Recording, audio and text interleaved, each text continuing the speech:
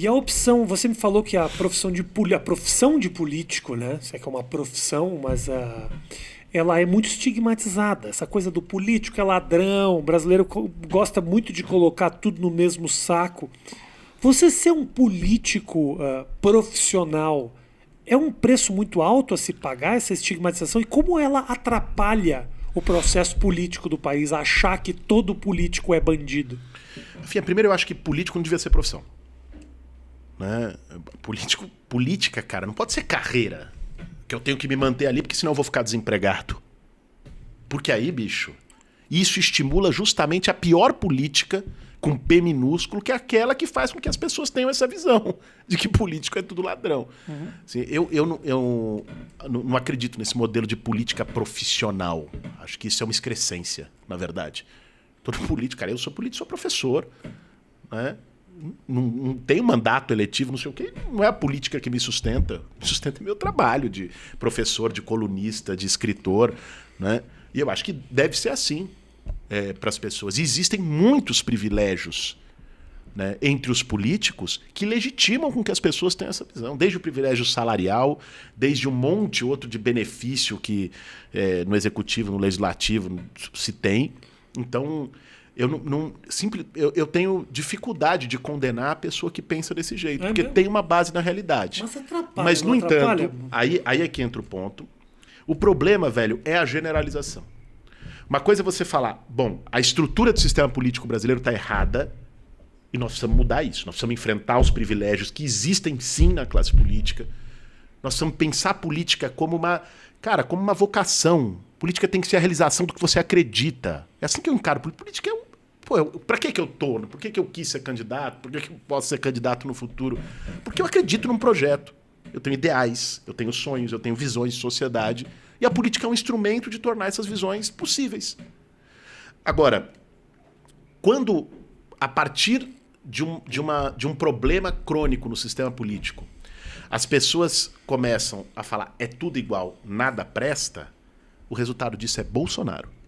O resultado disso é uma descrença, uma antipolítica generalizada, e qualquer aventureiro que se venda como de fora da política, no caso dele nunca foi uma enganação completa, 30 anos no Congresso só fazendo uma mata, esquema e não sei o que, rachadinha, mas alguém que se venda como salvador da pátria. Ah, já que os políticos não prestam, eu tô aqui para salvar vocês dos políticos. Né? Eu vou aqui resolver o seu problema.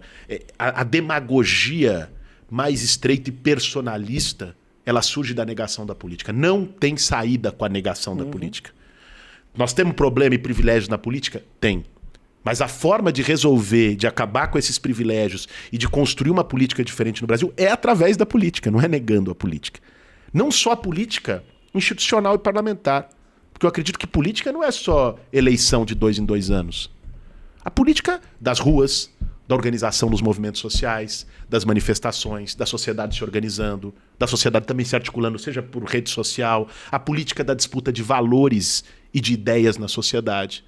De algum modo, cara, você faz política, embora você possa não ter qualquer pretensão eleitoral partidária, o teu programa, quando discute valores, transmite ideias, isso é uma forma de fazer política. Não coloca essa responsabilidade sobre Mas faz. Claro que faz. Quem sou eu? Sou apenas um interlocutor. Eu só ouço. Mas eu concordo. E é importante que faça, porque essa, política não é só na tribuna do parlamento, cara. E eu acho que essa generalização, ela desencoraja honestos de participarem do processo eleitoral do país, né? Do processo político, a gente participa, obviamente, discutindo com os parentes, com os amigos, todo mundo está nesse processo. Mas, cara, a experiência que tive com meu pai. Meu pai foi um cara que foi secretário do Rio Grande do Sul durante muito tempo. Ele sofria. Por quê? Porque a política tem coisas que te afundam. Se você não está muito preparado, ou se você não entende esse jogo político, né? Como as coisas funcionam, aqui que se faz e aqui que se ajuda, você entra num sofrimento profundo. Infelizmente, a política no Brasil ela é feita de uma forma que acaba encorajando os filhos da puta a participarem desse processo. Porque eles entendem. Eles entendem as negociatas, eles entendem os favores. E infelizmente é isso. E não é só na política, né? É quase que um modus operandi do próprio brasileiro. A gente tem isso em muito canto, de cara que se ajuda, de cara que ganha um cargo, ou porque é mais amigo, não necessariamente profissionalmente. O brasileiro é muito assim, mas aí, cansativo. Mas isso. É nesses momentos, Rafinha, que a gente precisa se colocar, cara, a política é importante demais pra gente deixar ela nas mãos de um punhado de políticos viciados, carreiristas e que fazem política só por interesse próprio. Essa disputa da política tem que acontecer. Você tem toda a razão. A desmoralização da política, que foi feita conscientemente no Brasil, essa desmoralização da política, que responde ao interesse de quem quer manter tudo como está, né? Isso, de fato, desencoraja que vozes arejadas, oxigenadas, novas, ousadas estejam na política. Nós temos que fazer um movimento inverso, ocupar a política. Com outra perspectiva, com outra visão sobre a própria política, para fazer uma reforma política no Brasil, para mudar a maneira como se relaciona o público com o privado, para mudar a maneira como são esses esquemas das distribuições e dos loteamentos de cargo. Isso que a gente viu agora na eleição para a presidência da Câmara, que não é só agora, isso vem de muito tempo, mas que a gente viu mais um episódio agora, que é...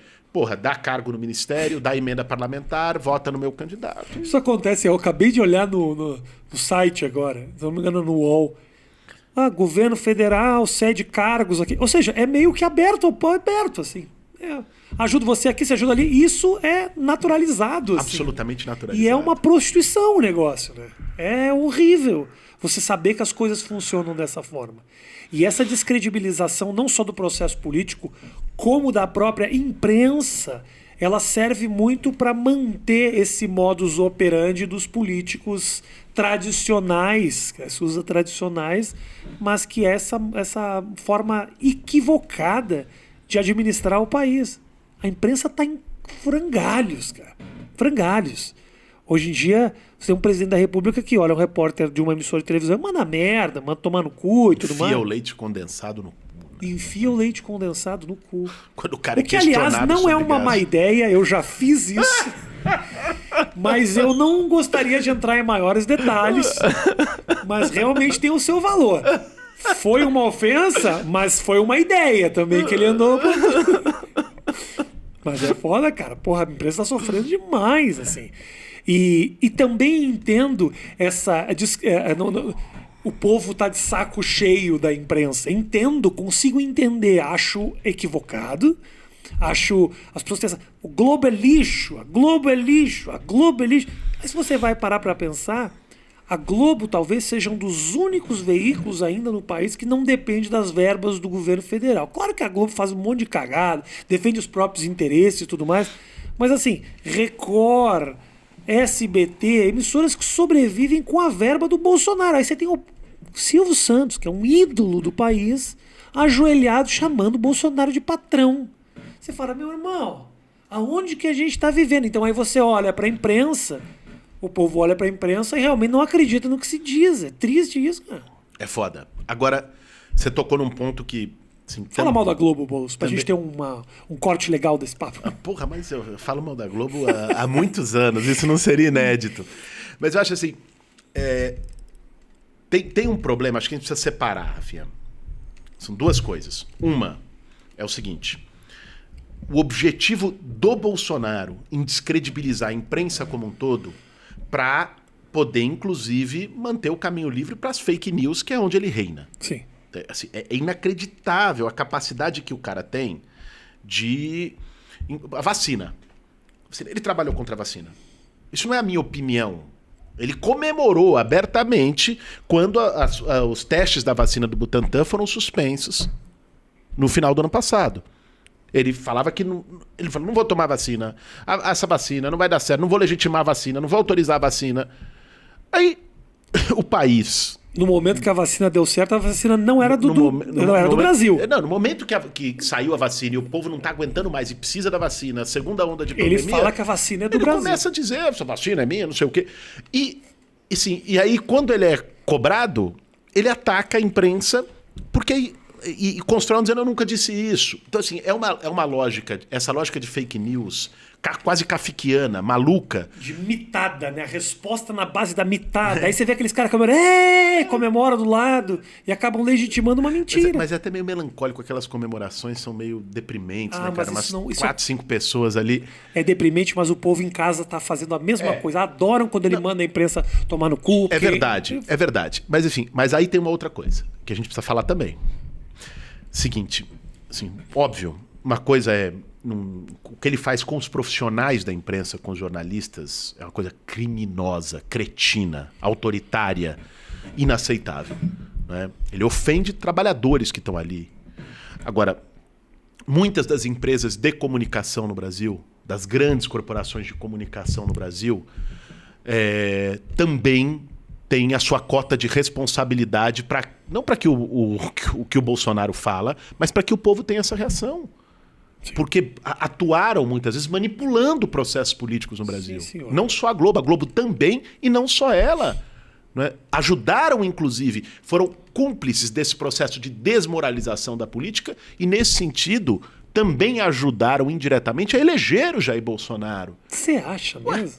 Cara, quando se cria um cenário, a eleição do Bolsonaro, não vou nem citar aqui editoriais de jornais que hoje estão apanhando, que disseram que era uma escolha muito difícil, não é? Ou que alguns até apoiaram o Bolsonaro abertamente. Sim. No segundo turno de 2018. Não era o candidato original deles, eles queriam apoiar o Alckmin, como o Alckmin não foi para o segundo turno, foram de Bolsonaro. Mas não é só disso que eu estou falando, é o clima que se criou no Brasil, Rafinha.